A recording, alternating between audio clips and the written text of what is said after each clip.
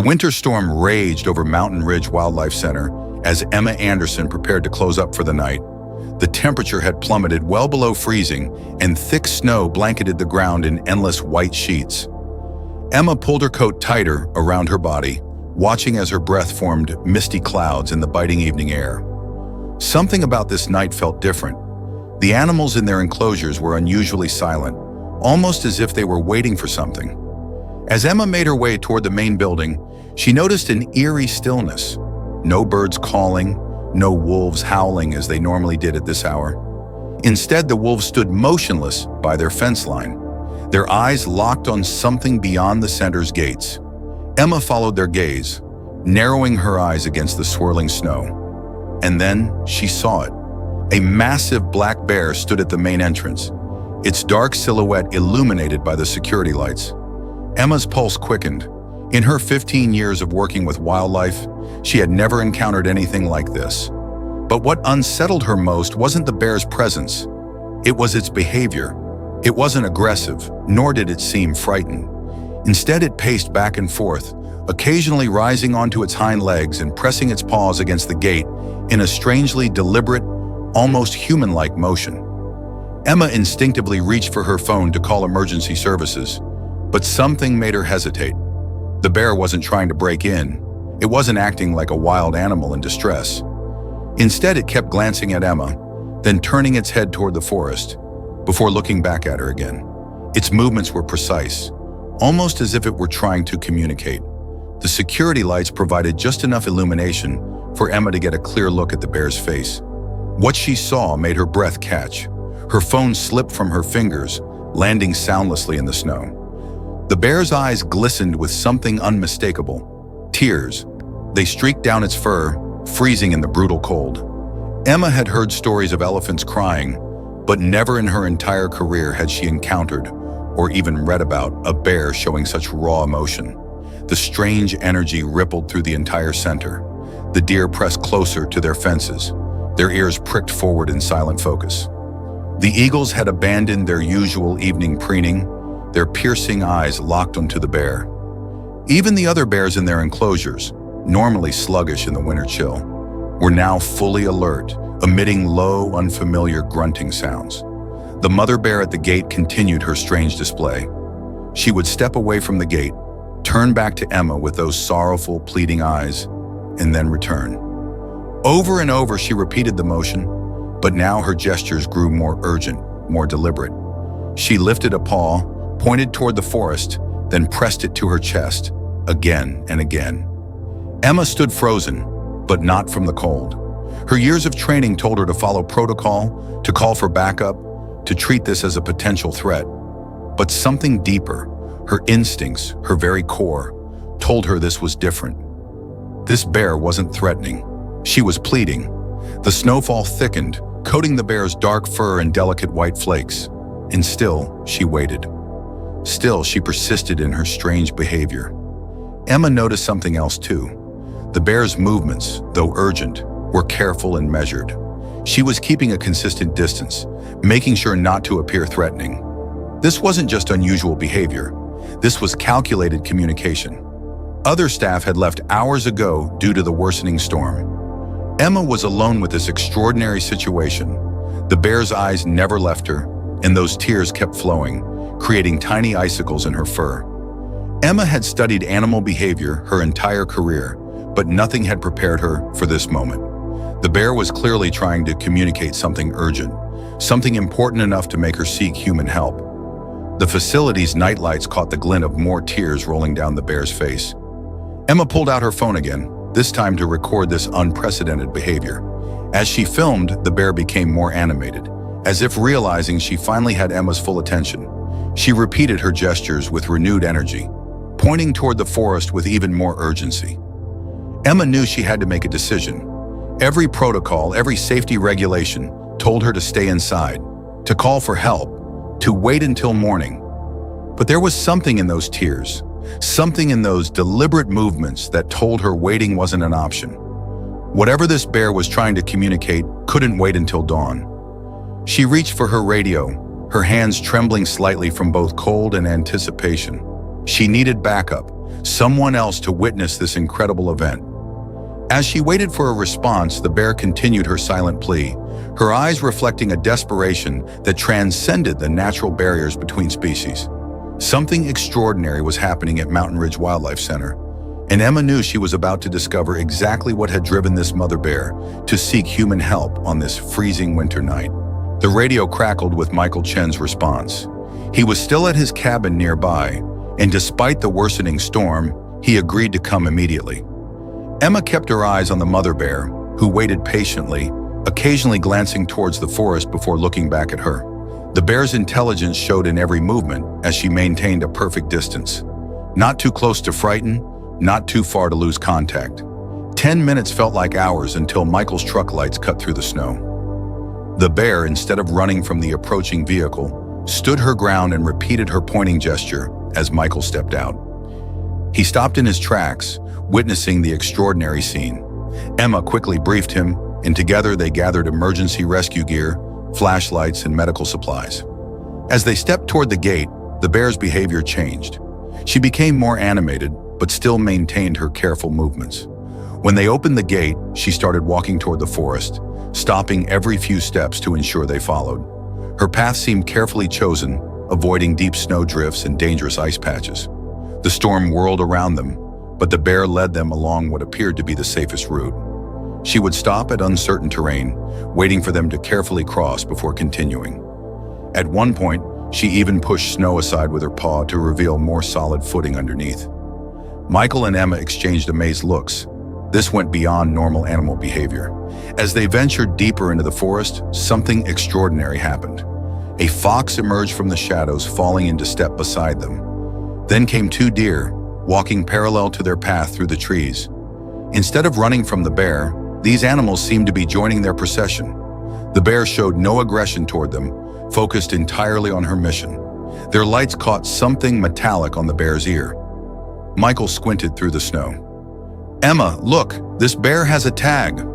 They moved their lights closer, and Emma gasped as she made out the number. "Wait, could this be Shadow? The cub we rescued 5 years ago after the forest fire?" The bear turned at the name, confirming their suspicion. Emma remembered that rescue clearly. Shadow had been found protecting her dying mother, refusing to leave her side. They had raised her at the center before releasing her back into the wild. Now here she was, seeking their help in return. Suddenly, a loud crack pierced the night air. Emma looked up to see a snow-laden branch breaking above her, weighted down by ice. Before she could move, Shadow lunged forward, pushing Emma clear with surprising gentleness. The branch crashed where she had been standing seconds before. The bear had just saved her life. The procession continued, now joined by a pair of wolves who kept their distance, but clearly followed their group. Shadow led them through a part of the forest Emma had never seen, weaving between trees with purpose. The other animals seemed to be helping too, with the deer occasionally stamping their hooves to mark hidden ice patches, and the fox darting ahead to scout the path. The bear's intelligence became even more apparent as she guided them across a partially frozen stream. She tested the ice first, showing them where to step, waiting patiently as they carefully crossed. The other animals crossed at different points but stayed with the group. This wasn't just a journey through the forest, it was turning into something that would challenge everything they knew about wildlife behavior. Michael checked his GPS, noting they had traveled nearly 2 miles. Shadow's path had been remarkably efficient, avoiding all major obstacles. She showed no signs of the usual bear behavior they were trained to expect. There was no random foraging, no distraction. She moved with single-minded purpose, still occasionally looking back with those tear-filled eyes. Their unlikely procession drew more animals. An owl silently glided above them, and a raccoon family watched from a hollow tree, chittering softly. None showed fear of Shadow or each other.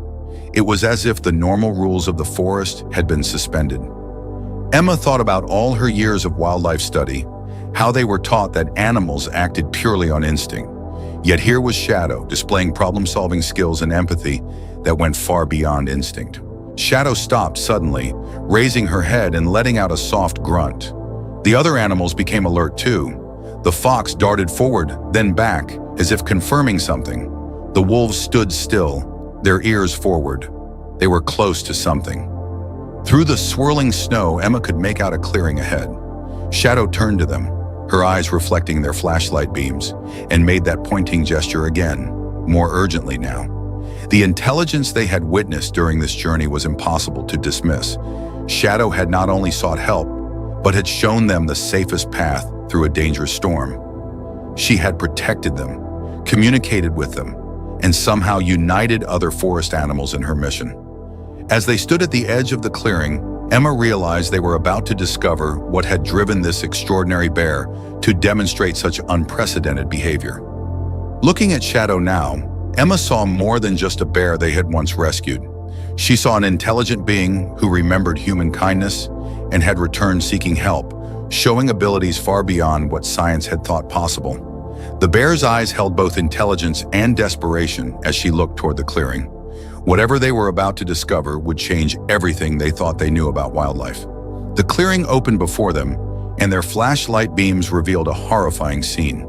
At its center was a partially frozen pond, but this was no natural winter tragedy. Metal glinted beneath the ice, the unmistakable shine of steel traps scattered across the pond's bottom. Through the clearer patches of ice, they could see two bear cubs, their small bodies caught in these underwater death traps. Emma's stomach turned as she took in more details. The ice around the pond showed signs of tampering, deliberately thinned in places to create a deadly trap. Empty food containers were scattered nearby, used to lure unsuspecting animals toward the pond. This was a professionally set poaching operation designed to catch any animal desperate enough to approach the water. Shadow moved closer to the pond's edge, her movements now revealing exhaustion. Looking closer, Emma noticed marks around the pond's perimeter. Signs that the mother bear had tried everything to break through the ice herself. There were also tracks from other animals, deeper in the snow, suggesting Shadow had sought help from elsewhere before turning to humans as a last resort. Michael discovered a hastily abandoned campsite nearby. Coffee cups still warm in the snow, boot prints leading to a hidden vehicle track. The poachers had been here recently, probably scared away by the approaching group and their lights. Empty shell casings littered the ground, along with more disturbing evidence. Photos scattered near the campfire showed other successful trapping sites. This wasn't an isolated incident. The cubs' movement had grown weaker, their small paws occasionally pressing against the ice. Emma's flashlight beam caught something else through the ice, a network of ropes and cables connecting the traps. This was an elaborate setup designed to snare anything that broke through the thinned ice. The cubs had fallen victim to just one part of a larger poaching operation. Shadow circled the pond again, her earlier tears now frozen to her fur. Every few steps, she would stop and touch the ice with her paw, showing them different spots where her cubs were trapped. The intelligence she displayed was heartbreaking. She understood exactly what had happened and had somehow known that only humans could undo what other humans had done. Evidence of earlier rescue attempts lay around the pond.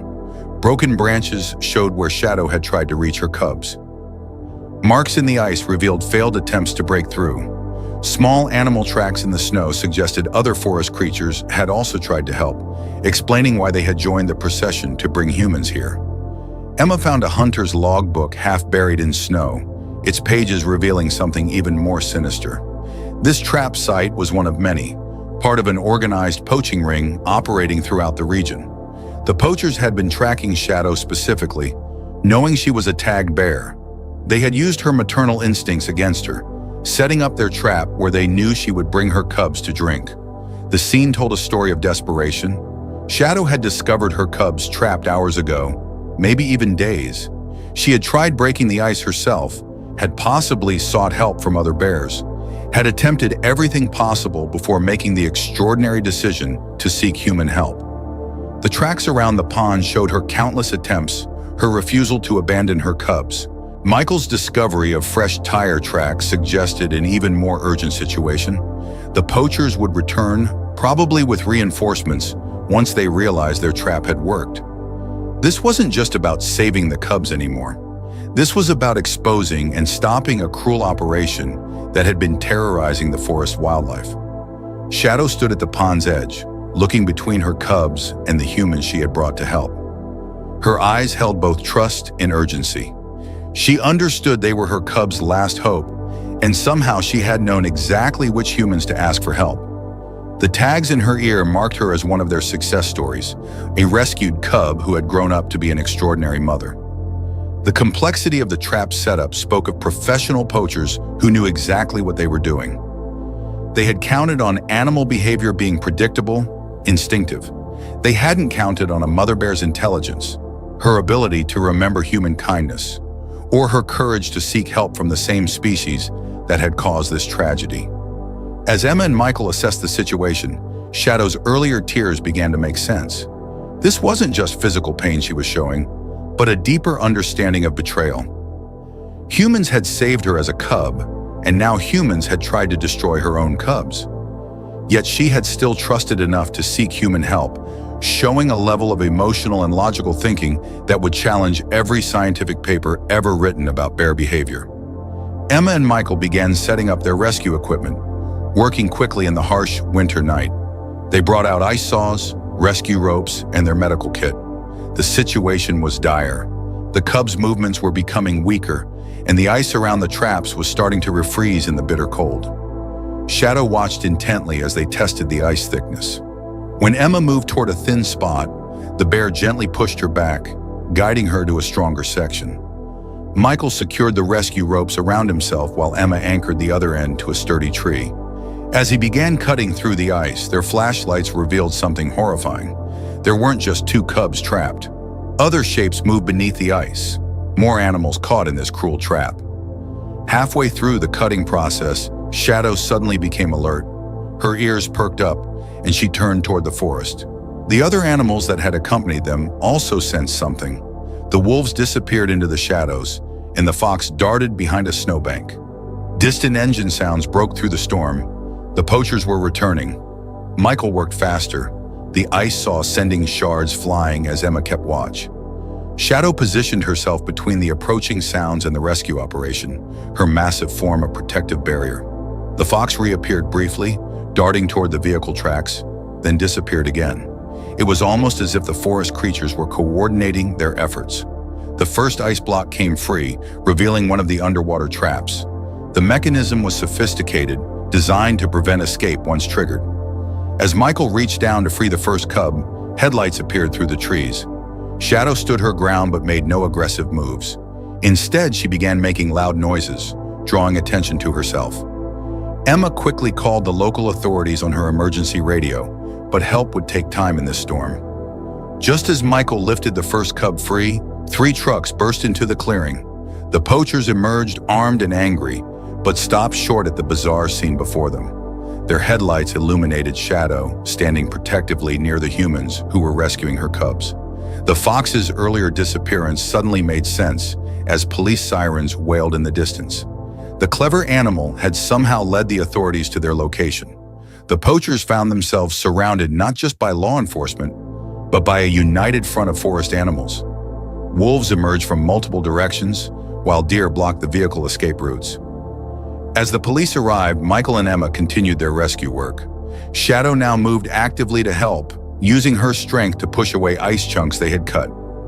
The second cub came free, but they discovered 3 more animals in the traps. A young deer, a fox kit, and a wolf pup, all victims of the poachers' indiscriminate cruelty. The poachers' arrest led to an even bigger discovery. Their trucks contained documentation of a massive wildlife trafficking operation. Maps marked other trap sites across 3 states, along with records of international buyers. What had started as a desperate mother bear seeking help had unveiled one of the largest poaching rings in the region's history. State wildlife officers arrived as Emma and Michael worked to free the remaining trapped animals. Shadow stayed close to her cubs, who were now wrapped in thermal blankets, but she continued helping with the other rescues. She seemed to understand that all the trapped animals needed saving, showing empathy that extended beyond her own family. The rescue operation revealed more about the poachers' methods. They had studied the animals' habits, used their natural behaviors against them, and exploited their trust. What they hadn't counted on was the intelligence and cooperation of the forest creatures, or the incredible bond between a once rescued bear and her human saviors. As the last animal was freed, the full scope of the operation became clear. The poachers had created an intricate network of traps throughout the forest, using the frozen pond as just one of many cruel hunting grounds. Their documents revealed an operation that had been running for years, responsible for the disappearance of countless animals. Shadow gathered her cubs close as they received emergency care. The young ones were hypothermic but alive, their survival a testament to their mother's extraordinary actions. The other rescued animals were quickly transported to emergency veterinary care. Their chances of survival now greatly improved thanks to Shadow's decision to seek human help. The state wildlife officers began documenting everything, taking photographs and collecting evidence. What they found painted an even darker picture.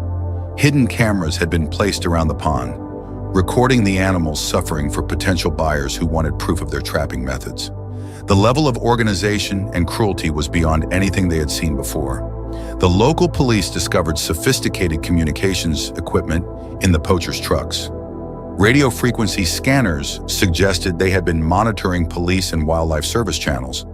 They had even hacked into the Wildlife Center's security systems, explaining how they knew about Shadow's history and her connection to humans. As the rescue operation continued, more forest animals emerged from the darkness. They formed an almost protective circle around the clearing, as if standing guard. The wolves that had accompanied them earlier now watched the arrested poachers with unwavering attention. Anytime one of the criminals moved, a low growl would remind them to stay still. Michael and Emma worked with the emergency veterinary team that had finally arrived. Each freed animal required careful handling. The traps had been designed with barbed mechanisms, making removal extremely delicate. Shadow stayed close, seemingly understanding the rescue process. When one of the sedated animals needed moving, she would carefully help push them onto the rescue sleds. The weather continued to worsen, but now it worked in their favor. The storm had trapped the poachers in the clearing, preventing any escape attempts.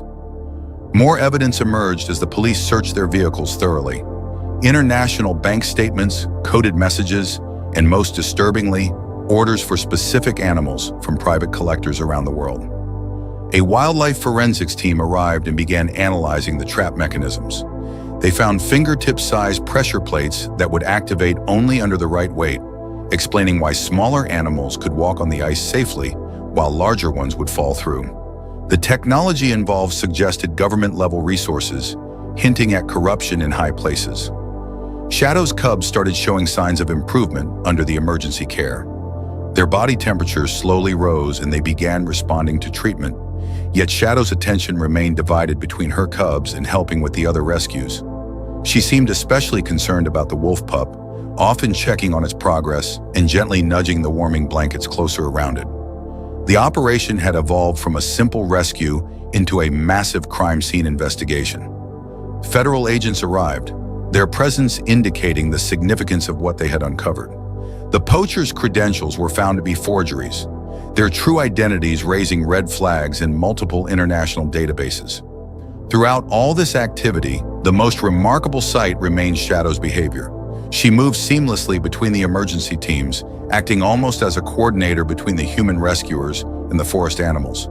When a rescue worker needed to approach an injured animal, Shadow would make soft sounds that seemed to calm them, making treatment possible. As dawn approached, the full impact of the night's events began to emerge. This wasn't just a local poaching operation they had stumbled upon. The evidence pointed to an international wildlife trafficking ring that had operated undetected for years. Shadow's desperate quest for help had not only saved her cubs, but had exposed a criminal enterprise that had been terrorizing wildlife across multiple states. The events at Mountain Ridge Wildlife Center became international news within hours. News helicopters circled the area as morning broke, capturing footage of Shadow still helping the rescue teams with the last of the recovery efforts. The image of a mother bear working alongside humans struck a chord with people worldwide. Within days, the video of Shadow leading humans through the storm had been viewed millions of times, sparking global conversations about animal intelligence. National Geographic arrived within days to document this unprecedented case of animal intelligence and cooperation. Their cameras captured Shadow's continued visits to the Wildlife Center, where her cubs were recovering. Her behavior challenged every known study about bear intelligence. She would wait patiently during their treatments, communicate through consistent gestures, and even assist with warming blankets using her paws. The magazine's cover story, "The Bear Who Changed Our Understanding of Wildlife," became their most read article of the year. Scientists from major universities flocked to Mountain Ridge. They studied footage from that remarkable night, documenting how Shadow had not only sought human help, but coordinated with other forest animals. The discovery that she remembered her own rescue years ago and understood humans could help in a crisis launched new studies into animal memory and emotional intelligence. Research teams from around the world set up observation posts near the center, gathering data that would reshape our understanding of wild animals. The poaching case exposed by Shadow's actions led to sweeping changes in wildlife protection laws. Congress passed the Shadow Act, implementing stricter penalties for poaching and increasing funding for wildlife protection. The act also established new guidelines for wildlife centers, recognizing that animals might seek human help in emergencies. International wildlife organizations adopted similar measures, creating a global network of protection inspired by one bear's extraordinary actions. Shadow and her cubs remained at the center during their recovery, providing unprecedented research opportunities. Scientists observed her showing problem-solving abilities never before seen in bears. She could understand simple verbal commands, recognize different rescue workers by their uniforms, and even learn to use basic tools like pushing blankets with her paws to help other injured animals. Each day brought new revelations about her cognitive abilities, forcing scientists to rewrite textbooks on animal intelligence. Multiple universities launched dedicated research programs studying animal cognition in ways they had never considered before. Research papers documented Shadow's extraordinary mental capabilities. She showed empathy not just for her own cubs, but for other injured animals. Trail cameras later captured her in the forest, teaching her cubs to avoid dangerous areas and even leading other animals away from potential traps. Her intelligence suggested bears might have cognitive abilities far beyond what science had imagined. The case revolutionized wildlife research. Scientists began looking for similar signs of intelligence in other rehabilitated animals. They discovered that many animals showed higher levels of reasoning and emotional understanding than previously believed. Shadow had opened a door to understanding animal intelligence in entirely new ways. Research grants for animal cognition studies increased tenfold in the year following Shadow's story. Conservation efforts worldwide gained unprecedented support. Shadow's story inspired a new generation of wildlife protectors. Donations poured into wildlife centers, and volunteer numbers soared. People began seeing animals not just as creatures of instinct, but as intelligent beings capable of complex thought and emotion. Shadow became a symbol of hope, showing that the gap between humans and wildlife might not be as wide as once thought. The long-term impact stretched beyond scientific research. Shadow's story found its way into school curriculums, teaching children about animal intelligence and conservation. Wildlife centers around the world began training their staff to recognize signs of animals actively seeking human help. Several cases emerged of other animals, particularly those previously rehabilitated, approaching humans for assistance. A new field of study emerged, focusing on animal-human cooperation in crisis situations. Perhaps most significantly, Shadow's legacy lived on through her cubs. As they grew, they showed the same remarkable intelligence. They remained wild but maintained a special connection with the center.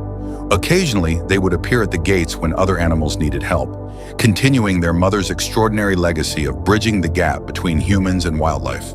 Their behavior confirmed that this wasn't a one-time miracle, but perhaps the first glimpse into a new understanding of the animal mind. Love incredible wildlife stories? Subscribe to our channel and hit the notification bell right now. Experience nature's most extraordinary moments delivered straight to your screen.